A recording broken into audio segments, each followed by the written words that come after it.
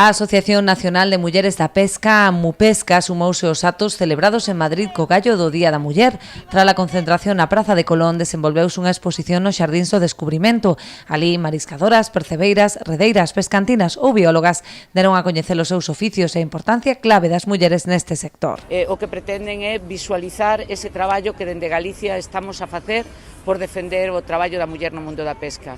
Temos máis de 2.700 mariscadoras, temos máis de 1.000 mulleres que traballan na acuicultura, das cales 700 traballan en riba das bateas, temos mulleres armadoras, patronas, mariñeiras, temos tamén moitísimas mulleres que traballan no mundo da conserva e da comercialización, máis do 59% das mulleres, das persoas que traballan na comercialización e nas industrias de transformación son mulleres, é dicir, se nos faltara a muller, Galicia tería un problema no mundo da pesca. Este acto súmase a outras campañas que está a desenvolver a Mupesca para dar visibilidade ás profesións femininas do mar, como a difusión nas redes sociais de fotografías das profesionais durante a súa xornada de traballo.